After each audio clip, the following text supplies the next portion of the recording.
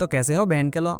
So hello guys, आज हम देखने वाले हैं रियल लाइफ एनिमे का एपिसोड नंबर 13। इसके आगे के एपिसोड्स अगर आपने नहीं देखे तो वो हमारे चैनल पर मिल जाएंगे। तो चलिए जल्दी से स्टार्ट करते हैं इस वीडियो को। यहाँ पर हम चिज़ुरो को देखते हैं जो कि यहाँ पर फायरवर्क फेस्टिवल के बारे में सोच रही होती है क्योंकि वो भी अपने फ्रेंड्स के साथ वहाँ पर जाने वाली है। तभी चिज़ुरो को वहाँ पर रेन का टेक्स्ट आता है जो कि उसे अपनी फीलिंग्स के बारे में बता रही होती है अपनी और काजुमी को लेकर। और वो चिज़ुरो से ये भी कहती है कि प्लीज मेरी हेल्प कर देना जिससे कि फेस्टिवल में हमें थोड़ा सा टाइम मिल सके अकेले में। और वो काजुमी को फेस्टिवल में ही प्रपोज करने वाली है। फिर हमें अगले सीन में यहाँ पर फायरवर्क फेस्टिवल का दिखा जाता है जहाँ पर चिज़ुरो थोड़ी सी लेट आई होती है। वो ऐसे कभी भी किसी फेस्टिवल में नहीं गई है तो उसे पता नहीं था कि आखिर वहाँ पर कितने लोग होंगे, जिस वजह से वो अच्छा फील नहीं कर रही होती क्योंकि उसे ऐसा कोई एक्सपीरियंस नहीं है और उसे क्राउडेड स्पेस से काफी डर लगता है। फिर हम अगले सीन में देखते हैं जहाँ पर एन ने काइसाकी को पकड़ रखा होता है और ऐसे ही फेस्टिवल में घूम रही होती है उसके साथ, जिस चीज को लेकर काइसाकी यहाँ पर काफी परेशान होता है। और दूसरी तरफ हम देखते हैं कि यहाँ पर रियो चिज़ुरो के साथ होता है जहाँ पर चिज़ुरो यहाँ पर इतने सारे लोगों को देखकर थोड़ी सी घबराई होती है। तो रियो कहता है अगर तुम चाहो तो मेरा हाथ पकड़ सकती हो।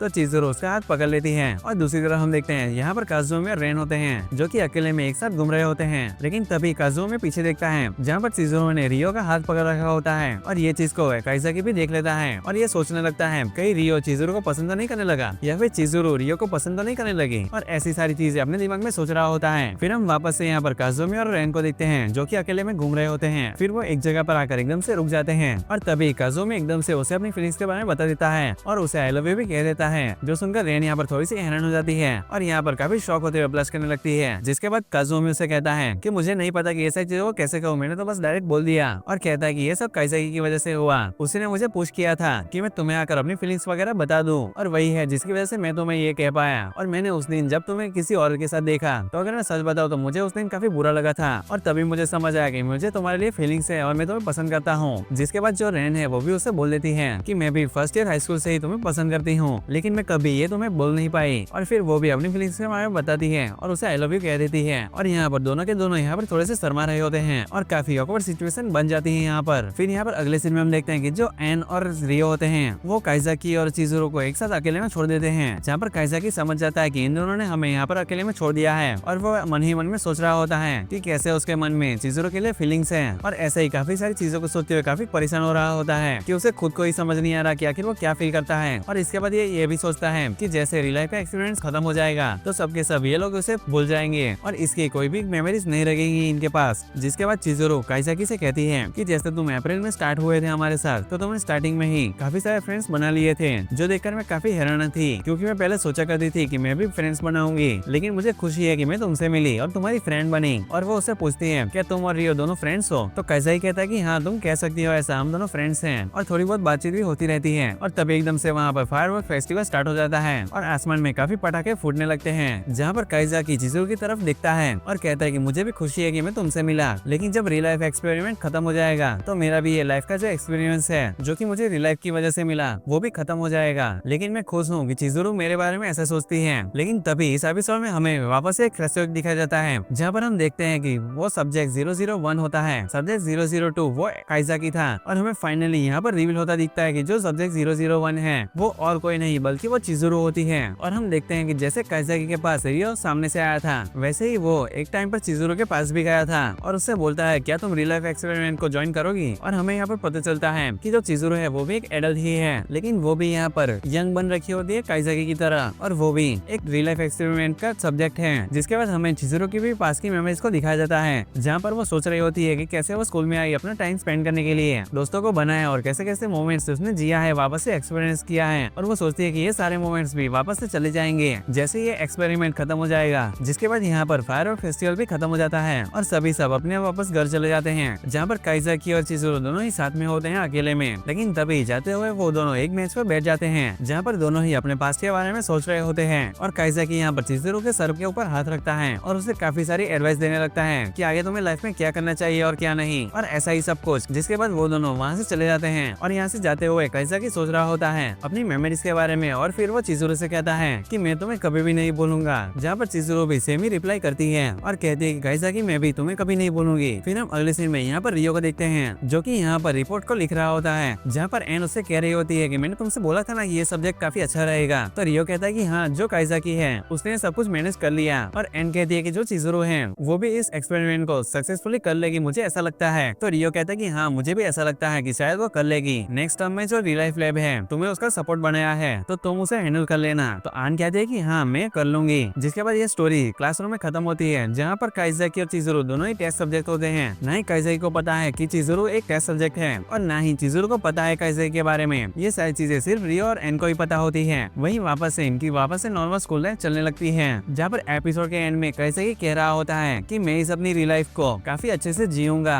मुझे सिर्फ एक बार मौका मिला है तो मैं इसका बेस्ट पॉसिबल वे ढूंढूंगा और उसी तरह से जीऊंगा। और ये सारी चीजों को होते हुए यहाँ से रियो और एन दिख रहे होते हैं और इसी के साथ ये एपिसोड यहीं पर ही खत्म हो जाता है।